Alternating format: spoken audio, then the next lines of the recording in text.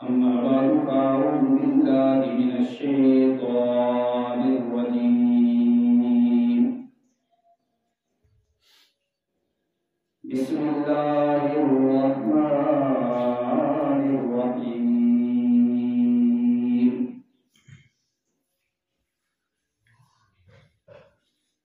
إن الله لا يستحيي أن يضرب مثلا ما بعوضة فما فوقها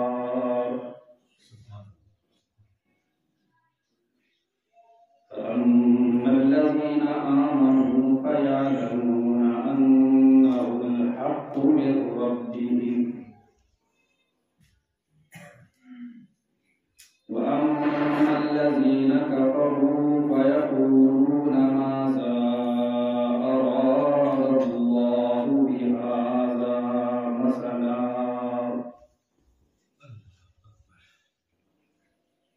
يضل به كثيرا ويهدي به كثيرا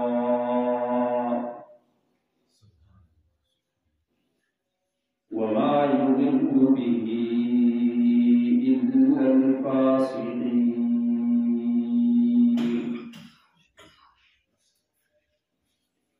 صدق الله العظيم وصدق رسوله النبي الكريم ونحن على ذلك لمن الشاهدين والشاكرين والحمد لله رب العالمين. يا رب صل وسلم دائما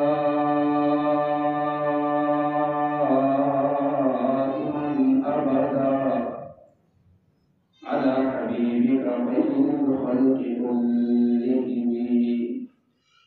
سبحان ربك رب العزة عما يصفون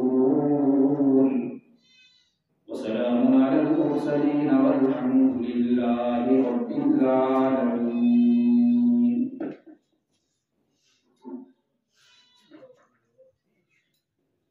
لائق تعظیم قابل احترام بزرگوں دوستوں اور ساتھیوں،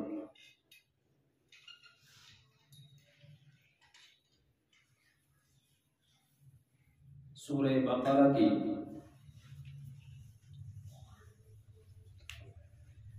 آیت نمبر 26 میں نے آپ کے سامنے تلاوت کی ہے۔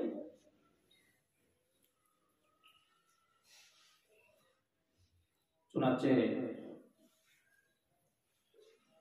اسی آیت کے ترجمہ و تفسیر کے متعلق چند گزارشات انتہائی اختصار کے ساتھ آپ کے سامنے عرض کروں گا۔ اللہ رب العزت سے دعا ہے، التجا ہے، درخواست ہے کہ وہ رب لم یزل قرآن و حدیث کی روشنی میں مجھے حق سچ کہنے کی توفیق عطا فرمائے، اور ہم سب کو قرآن مجید ذوق اور شوق کے ساتھ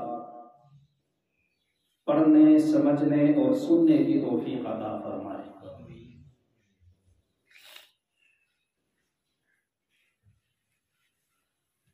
گرامی قدر بزرگوں، دوستوں اور ساتھیوں،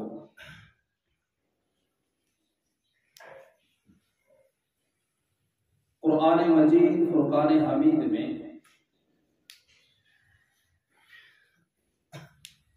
اللہ رب العزت نے تفہیم کے لیے، بات کو سمجھانے کے لیے مختلف مقامات پر مختلف مثالیں بیان کی،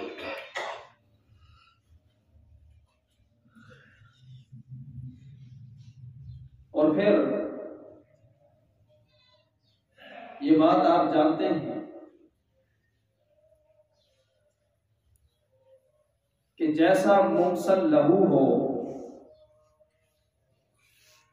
ویسی ہی مثال بیان کی جاتی ہے۔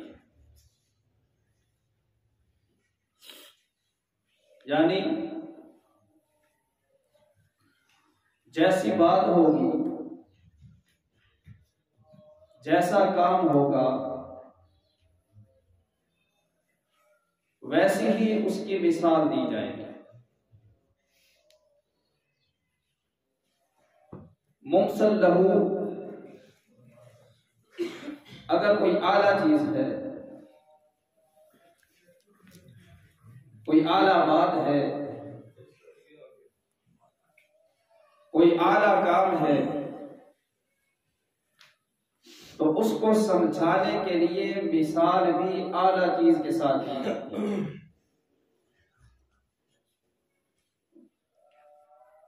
اور اگر ممثل لہو ایسی چیز ہے، کوئی کمزور چیز ہے، کوئی حقیر چیز ہے، تو اس کو سمجھانے کے لیے اس کی کمزوری کو بیان کرنے کے لیے، اس کی حقارت کو بیان کرنے کے لیے مثال بھی کسی حقیر چیز کے ساتھ دی جاتی ہے۔ مثلا بہادری ایک اچھی صفت ہے۔ اب اگر کسی کی شجاعت کو بیان کرنا ہو، کسی کی بہادری سمجھانا مقصود ہو، تو اس کی مثال شیر کے ساتھ دی جاتی ہے کہ فلاں شیر کی طرح بہادر ہے، شیر کی طرح نڈر ہے۔ اور اگر کسی کی بزدلی، کمزوری کو بیان کرنا مقصود ہو یا سمجھانا مقصود ہو، تو اس کی مثال کسی حقیر چیز کے ساتھ دی جاتی ہے۔ مثلا کہا جاتا ہے وہ تو چوہے کی طرح دم دبا کر بھاگ گیا، وہ تو بھیگی بلی ثابت ہوا، یا فلاں تو گیدڑ ثابت ہوا۔ اب حقیر چیزوں کے ساتھ مثال اس لیے دی گئی ہے کیونکہ اس کی حقارت کو بیان کرنا مقصود تھا، اس کی کمزوری کو بیان کرنا مقصود تھا۔ اور یہی کلام کا حسن ہے کہ جیسی بات ہوگی، جیسی صفت ہوگی، جیسا کام ہوگا، اس کی تفہیم کے لیے مثال بھی ویسے ہی دی جاتی ہے۔ اللہ رب العزت نے بھی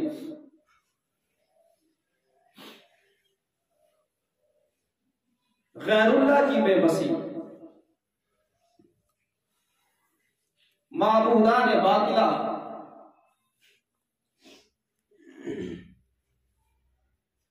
جو اللہ کا غیر ہے، اللہ کو چھوڑ کر جن چیزوں کو لوگوں نے معبود بنا رکھا تھا، جن کو اپنا مددگار بنا رکھا تھا، ان کی بے بسی، بے چارگی اور عاجزی کو بیان کرنے کے لیے اللہ نے قرآن مجید میں مثالیں بیان کی۔ الہ العالمین نے فرمایا یا ایھا الناس ضرب مثل فاستمعوا لہ، اے لوگوں ایک مثال بیان کی جاتی ہے، ذرا کان لگا کر سنو، دھیان سے سنو، توجہ سے سنو۔ یا ایھا الناس ضرب مثل فاستمعوا لہ، اے لوگوں ذرا دھیان لگا کر سنو، کان لگا کر سنو، ایک مثال بیان کی جا رہی ہے۔ ان الذین تدعون من دون اللہ، بے شک تم لوگ اللہ کو چھوڑ کر جن جن کو اپنی مدد کے لیے پکارتے ہو، فرمایا لن یخلقوا ذبابا، وہ ایک مکھی بھی پیدا نہیں کر سکتے۔ ان الذین تدعون من دون اللہ، بے شک تم مشرک لوگ اللہ کو چھوڑ کر جن جن کو اپنی مدد کے لیے پکارتے ہو، جن جن کو اپنی حاجت روائی کے لیے پکارتے ہو، جن جن کو اپنی مشکل کشائی کے لیے پکارتے ہو، فرمایا لن یخلقوا ذبابا ولو اجتمعوا لہ، وہ سارا کے سارا اللہ کا غیر اگر مل جائے، سارے کے سارے مل کر بھی ایک مکھی کو پیدا نہیں کر سکتے۔ وَإِن يَسْلُبْهُمُ الذُّبَابُ شَيْئًا لَّا يَسْتَنقِذُوهُ مِنْهُ، اور فرمایا مکھی پیدا کرنا تو دور کی بات، اللہ کی بنائی ہوئی مکھی، اللہ کی پیدا کی ہوئی مکھی اگر ان کے در پہ پڑی ہوئی شیرینی، ان کے مزار پہ پڑی ہوئی شیرینی، ان کے سامنے رکھی ہوئی شیرینی سے کوئی ذرہ اٹھا کر لے جائے تو یہ واپس لینے پہ بھی قادر نہیں ہے۔ وَإِن يَسْلُبْهُمُ الذُّبَابُ شَيْئًا لَّا يَسْتَنقِذُوهُ مِنْهُ، فرمایا کہ اگر کوئی مکھی ان کے سامنے سے کوئی چیز اٹھا کر لے جائے، کوئی ذرہ اٹھا کر لے جائے تو اس مکھی سے واپس لینے پہ قادر نہیں۔ ضعف الطالب والمطلوب، مانگنے والا بھی کمزور اور جس سے مانگا جا رہا ہے وہ بھی کمزور۔ بعض لوگ تھے جو بتوں کی پوجا کرتے تھے اور سمجھتے تھے کہ یہ نفع نقصان کے مالک ہیں۔ بعض لوگ ستاروں کی پوجا کرتے تھے اور سمجھتے تھے کہ یہ ستارے نفع نقصان کے مالک ہیں۔ بعض لوگ چاند اور سورج کی پوجا کرتے تھے اور سمجھتے تھے کہ یہ نفع نقصان کے مالک ہیں۔ بعض لوگ آگ کی پوجا کرتے تھے اور سمجھتے تھے کہ یہ نفع نقصان کی مالک ہے۔ بعض لوگ فرشتوں کی پوجا کرتے تھے اور سمجھتے تھے کہ یہ نفع نقصان کے مالک ہے، اور بعض لوگ عیسیٰ علیہ السلام کو معبود کہتے تھے اور سمجھتے تھے کہ یہ نفع نقصان کے مالک ہے۔ بعض لوگ عزیر علیہ السلام کو معبود سمجھتے تھے اور کہتے تھے کہ یہ نفع نقصان کے مالک ہیں، اور بعض لوگوں کا یہ عقیدہ تھا کہ پچھلی امتوں میں اللہ کے کچھ برگزیدہ بندے گزرے ہیں، اللہ کے کچھ نیک بندے گزرے ہیں، اللہ کے کچھ ولی گزرے ہیں جن کا ذکر اللہ نے سورہ نوح میں کیا ہے۔ ان نیک بندوں کے متعلق انہوں نے یہ عقیدہ بنا رکھا تھا کہ ان کے سامنے ہم پیشانیاں جا کر جھکاتے ہیں، ان کے سامنے جا کر ہم چڑھاوے چڑھاتے ہیں، ان پر جا کر ہم چادریں چڑھاتے ہیں، ان کو خوش کرنے کے لیے ان کے نام کا ہم نظر و نیاز دیتے ہیں۔ ان ولیوں کے متعلق، اللہ کے ان برگزیدہ بندوں کے متعلق، اللہ کے ان نیک بندوں کے متعلق انہوں نے یہ سمجھ رکھا تھا کہ یہ نفع نقصان کے مالک ہیں۔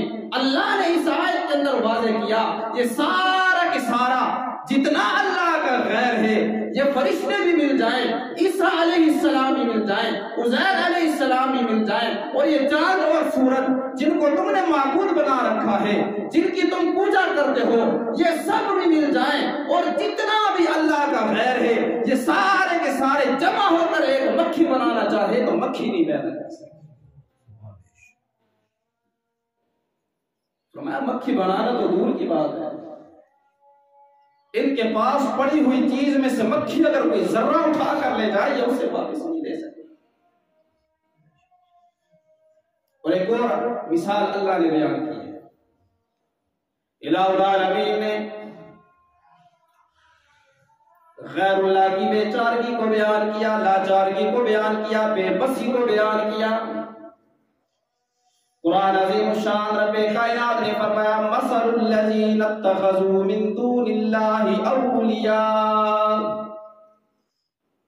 الہ العالمین نے فرمایا کہ مثال ان لوگوں کی جنہوں نے اللہ کو چھوڑ کر غیروں کو اپنا کارساز اور اپنا ولی بنا رکھا ہے۔ مثل الذین اتخذوا من دون اللہ اولیاء، مثال ان لوگوں کی کہ جنہوں نے اللہ کو چھوڑ کر اپنا حمیتی بنا لیا، اللہ کو چھوڑ کر غیروں کو اپنا کارساز اور اپنا ولی بنا رکھا ہے۔ کمثل العنکبوت، ان کی مثال مکڑی کی سی ہے، اتخذت بیتا، کہ وہ مکڑی ایک گھر بناتی ہے، اپنا جالا بنتی ہے۔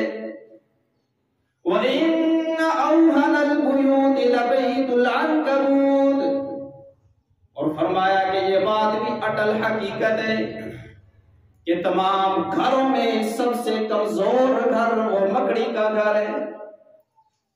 وَإِنَّ أَوْهَنَ الْبُيُوتِ لَبَيْتُ الْعَنْكَبُوتِ، تمام گھروں میں سب سے کمزور گھر، سب سے کمزور جالا وہ مکڑی کا گھر ہے۔ فرمایا کہ جتنا تم نے اللہ کا غیر بنا رکھا ہے، یہ جتنے تم نے معبود بنا رکھے ہیں اور جن سے تم امیدیں وابستہ کر کے بیٹھے ہو کہ یہ ہماری حاجت روائی کریں گے، یہ ہماری مشکل کشائی کریں گے، یہ ہماری ضرورتوں کو پورا کریں گے، یہ ہمارے نفع نقصان کے مالک ہیں، اور یہ ہمیں بچا لیں گے، یا ہمیں اولاد دینے میں قادر ہیں، یہ ہماری بیماریاں دور کرنے میں قادر ہیں۔ فرمایا کہ جتنا یہ تم نے اللہ کا غیر بنا رکھا ہے، یہ تو اتنے بے بس ہیں، اتنے لاچار ہیں اور اتنے کمزور ہیں کہ جس طرح مکڑی کا جالا کمزور ہوتا ہے کہ اگر اسے انگلی لگ جائے تو وہ ٹوٹ جاتا ہے، زور سے پھونک مار دی جائے تو وہ اڑ جاتا ہے۔ فرمایا کہ تمہارے یہ جتنے معبود ہیں یہ سب کے سب اتنے ہی کمزور ہیں، یہ اپنی حفاظت نہیں کر سکتے، یہ اپنا بچاؤ نہیں کر سکتے، یہ تمہاری حفاظت کیسے کریں گے؟ ان کے در پہ چادر پڑی ہوتی ہے، لوگ چادر اٹھا کر لے جاتے ہیں اور اس کے تکیے جا کر بنا لیتے ہیں، اپنے اوپر پڑی ہوئی چادر کی حفاظت نہیں کر سکتے، تیرے گھر کی حفاظت کیا کریں گے؟ تیری جان کی حفاظت کیا کریں گے؟ اللہ مثالوں سے بات سمجھا۔ اب ہونا تو یہ چاہیے تھا کہ ان مثالوں سے بات سمجھ میں آ جائے، ان مثالوں میں لوگ غور کرتے اور بات کو سمجھتے۔ انہوں نے بات سمجھنے کے بجائے قرآن پہ اٹیک کر دیا۔ اس وقت کا جو مشرک تھا، جب وہ ایسی مثالیں سنتا تھا وہ براہ راست قرآن پہ اعتراض کرتا ہے، اور آج کا جو مشرک ہے وہ جب یہ مثالیں سنتا ہے تو اب قرآن پہ اعتراض کرنے کا تو اس کا حوصلہ نہیں ہوتا، وہ بیان کرنے والے پہ اعتراض کرتا ہے، یہ بابی ہے، یہ فلاں ہے، یہ ہے، یہ وہ ہے، یہ گستاخ ہے، بجائے اس کے کہ مثال کے اندر غور کیا جائے، بجائے اس کے کہ اس بات کو سمجھا جائے جو اس مثال کے ذریعے اللہ سمجھانا چاہتے ہیں، اللہ بتانا چاہتے ہیں۔ اس وقت کے مشرک نے اس کو سمجھنے کے بجائے، ہدایت قبول کرنے کے بجائے، اس میں غور و فکر کرنے کے بجائے قرآن پہ اعتراض شروع کیا۔ یہ کیا بات ہے؟ یہ کیسا قرآن ہے؟ یہ اللہ کا کیسا کلام ہے؟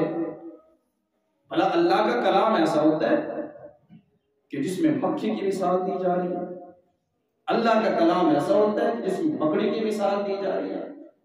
یہ کیسا اللہ کا کلام ہے کہ اس میں تو خنزیر کا بھی ذکر آتا ہے، اس میں تو مردار کا بھی ذکر آتا ہے۔ اللہ اتنا عظیم الشان ہے، اللہ اتنا بڑا ہے، اور جو بڑا ہو اس کا کلام بھی بڑا ہوا کرتا ہے، اس کی باتیں بھی بڑی ہوا کرتی ہیں۔ اگر یہ اللہ کا کلام ہوتا تو اس میں مکھی کا ذکر نہ ہوتا، اگر یہ اللہ کا کلام ہوتا تو اس میں مکڑی کا ذکر نہ ہوتا، اگر یہ اللہ کا کلام ہوتا تو اس میں چیونٹی اور کیڑی کا ذکر نہ ہوتا، اگر یہ اللہ کا کلام ہوتا اس میں مردار کا ذکر نہ ہوتا، خنزیر کا ذکر نہ ہوتا۔ ہم نہیں مانتے کہ یہ اللہ کا کلام ہے، بجائے اس کے ان مثالوں سے بات کو سمجھتے ہیں۔ جیسے میں نے شروع میں عرض کیا کہ جیسا موصل لہو ہوتا ہے ویسی ہی مثال دی جاتی ہے۔ اللہ ان مثالوں کے ذریعے سے ان بتوں کی کمزوری کو بیان کرنا چاہتے ہیں، اللہ کے مقابلے میں جو غیر بنا رکھا ہے ان کی بے بسی کو بیان کرنا چاہتے ہیں کہ مکھی کتنی کمزور ہے، یہ وہ نہیں بنا سکتے، اور یہ اتنے بے بس ہیں کہ اس کی اٹھائی ہوئی چیز کو واپس نہیں لے سکتے۔ سمجھانا تو یہ چاہتے ہیں اللہ، بجائے غور کرنے کے قرآن میں اعتراض کر دیا۔ الہ العالمین نے سورہ بقرہ آیت نمبر 26 میں ان کے اعتراض کا جواب دیا۔ رب کائنات نے فرمایا ان اللہ لا یستحی ان یضرب مثلا ما بعوضۃ فما فوقہا۔ الہ العالمین نے فرمایا کہ یہ کہتے ہیں کہ یہ کیسا اللہ کا کلام ہے جس میں مکھی کا ذکر ہے، مکھی کی مثال ہے۔ ہم نہیں مانتے کہ یہ اللہ کا کلام ہے جس میں مکڑی کی مثال ہے، ہم نہیں مانتے کہ یہ اللہ کا کلام ہے جس میں چیونٹی کا ذکر ہے۔ الہ العالمین نے جواب دیا، رب کائنات نے فرمایا ان اللہ لا یستحی ان یضرب مثلا ما بعوضۃ فما فوقہا۔ بے شک اللہ نہیں شرماتا، بے شک اللہ نہیں شرماتا ان یضرب مثلا ما بعوضۃ، یہ کہ وہ کسی مکھی اور مچھر کی مثال کو بیان کرے، فما فوقہا، اور فرمایا کہ یہ تو مکھی اور مچھر ہے، فرمایا ان سے بھی بڑھ کر اگر کوئی کم تر چیز ہوگی اللہ اس کی مثال بیان کرنے سے بھی نہیں شرماتا۔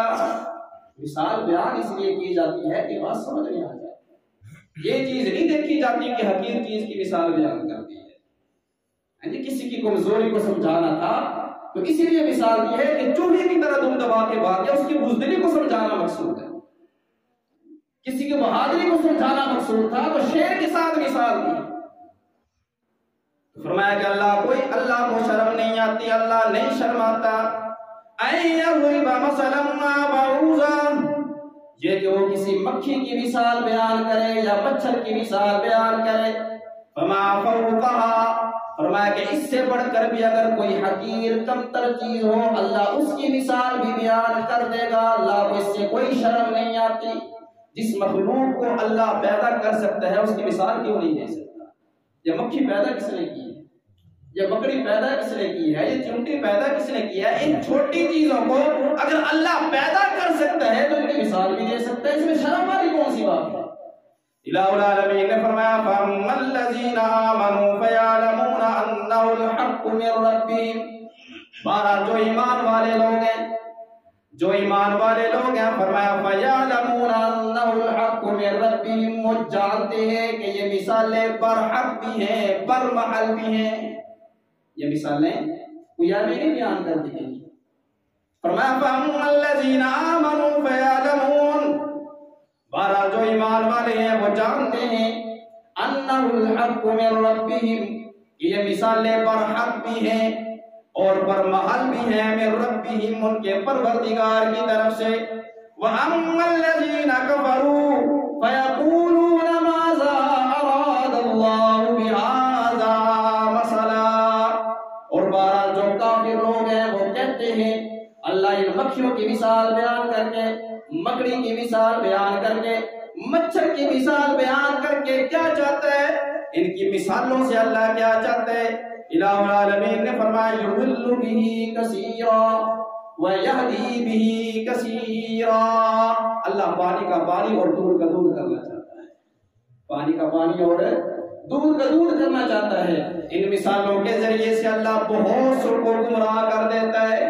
بہت سو کو گمراہ کر دیتا ہے. ذہنیت کا فرق ہے, نظر اور سوچ کا فرق ہے.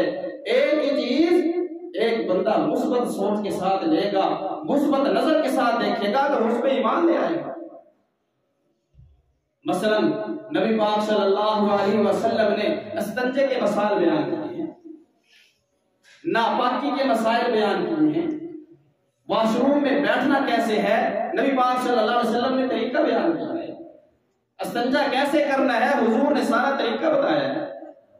اب جس کی نظر میں فطور ہوگا, جس کے ذہن اور دماغ کے اندر گند بھرا ہوا ہوگا, یہ کہے گا یہ کیسے پیغمبر ہیں کہ جو یہ واش روم کی باتیں کر رہے ہیں, یہ کیسے پیغمبر ہیں جو لیٹرین کی باتیں کر رہے ہیں, یہ کیسے پیغمبر ہیں جو استنجے کی بات کر رہے ہیں, یہ کیسے پیغمبر ہیں جو عورتوں کی پاکی ناپاکی کی باتیں کر رہے ہیں اور بتا رہے ہیں کہ کس قدر کا خون آتا ہے, کس قدر کا خون نہیں آتا.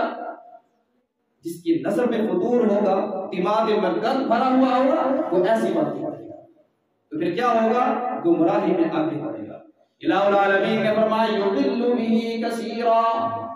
ان مثالوں کے ذریعے سے اللہ بہت سو کو گمراہ کر دیتا ہے. اعتراض کرتے ہیں, فرمایا کہ تمہیں اللہ گمراہ کرنا چاہتا ہے. وَيَهْدِي بِهِ كَثِيرًا. اور بہت سو کو اللہ ہدایت دے دیتا ہے. وہ سمجھ جاتے ہیں ہاں یہ تو جو مکھی نہیں بنا سکتے اور جو مکھی چھین کے لے جائے وہ چیز واپس نہیں لے سکتے, جو مکڑی سے بھی زیادہ کمزور ہیں, مکڑی کے جانے سے بھی زیادہ بے بس اور کمزور ہیں, بھلا وہ ہماری کیا مدد کریں, وہ ہماری کیا سنیں گے, وہ ہمارے کیا کام آ سکتے ہیں. بہت سو کو یہ مثالیں سمجھ میں آ جاتی ہیں اور انہیں حق مل جاتا ہے, وہ ہدایت پہ آ جاتے ہیں. فرمایا یضل به کثیرا ویہدی به کثیرا. اللہ بہت سو کو ہدایت دے دیتا ہے. وما یضل به الا الفاسقین. اور فرمایا کہ صرف فاسق لوگ ہی گمراہ ہوتے ہیں, جن کے دل و دماغ کے اندر گند بھرا ہوا ہے نا, ایسی باتیں سن کے, ایسے مسائل سن کے اور ایسے جو ہے وہ قرآن کی مثالیں سن کے وہی گمراہ ہوتے ہیں. انہی کے دلوں کے اندر جو ہے اعتراض پیدا ہوتی ہے کہ یہ کیا بات ہوئی, یہ کیا مسئلہ ہوا, یہ کیسا مسئلہ آ گیا, یہ نئی بات ہم نے سن لی ہے. فرمایا جن کے دلوں کے اندر فسق بھرا ہوا ہے, جن کے دماغ کے اندر جو ہے وہ گند بھرا ہوا ہے, بجائے اس میں غور و فکر کرنے کے وہ اعتراض شروع کر دیتے ہیں. بقیہ بات انشاءاللہ آئندہ جو میں بتا رہا کہ جو کچھ بھی ہوا اللہ کے بارگاہ میں تم